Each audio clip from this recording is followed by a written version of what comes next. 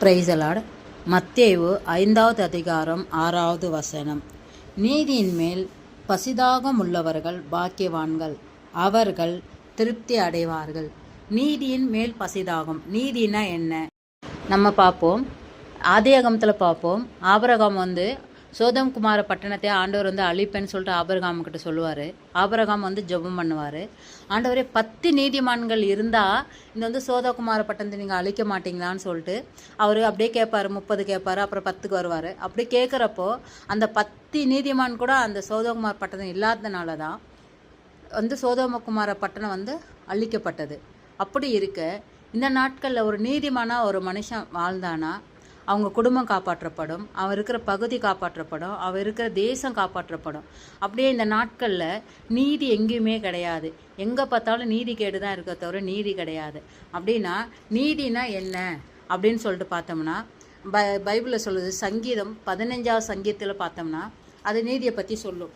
மனதார சத்தியத்தை பேசுகிறவங்க, புறங்கோராமல் இருக்கிறவங்க அப்படின்னு சொல்லிட்டு நிறைய காரியம் கொடுத்துருப்பாங்க. தன் ஆணையிடத்தில் நஷ்டம் வந்தாலும் தன் ஆணையிட்ட காரியத்தை நிறைவேற்றுவங்க அப்படின்னு சொல்லிட்டு அநேக காரியங்களில் நீதியை குறித்து அதில் சொல்லியிருப்பாங்க.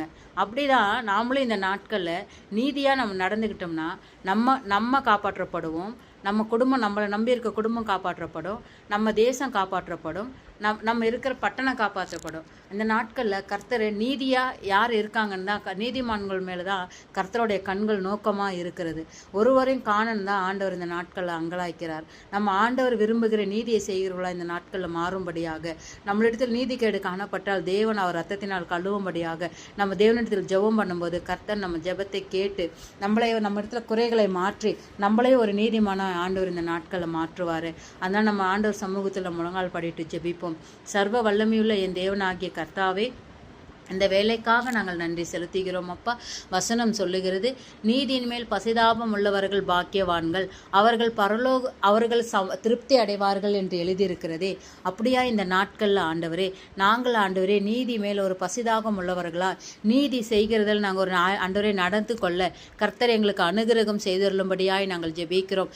அநீதி செய்யாதபடி, நீதிக்கேடு செய்யாதபடி எங்கள் கால்களையும் எங்கள் கைகளையும் எங்கள் நடக்கைகளையும் விலக்கி பாதுகாத்து கொள்ளுங்க கர்த்தாவே. நாங்கள் பொய் சாட்சி சொல்லாமலும் புறம் கூறாமலும் அடுத்தவங்க பொருளுக்கு ஆசைப்படாமலும் கர்த்தாவே நாங்கள் ஆண்டவரே எல்லா காரியங்களும் கர்த்தருக்கு ஏற்ற நீதியாய் நாங்கள் நடக்க எங்களை ஒவ்வொரு நாளும் நீ புதுப்பிக்கும்படியாய் நாங்கள் ஜெபிக்கிறோம். எங்களிடத்தில் காணப்படுகிற நீதிகேடான காரியங்களை இயேசப்பா உன் ரத்தத்தினால் ஒரு விசையாய் உச்சந்தலை முதல் உள்ளம் காலு வரை கழுவும்படியாய் நாங்கள் ஜெபிக்கிறோம். ஆண்டவரே இந்த நாட்களில் ஆண்டவரே பூமியில் நீதிமான் ஒருவரும் இல்லை என்று நீர் அங்கலாய்த்து கொண்டு இருக்கிறீரே.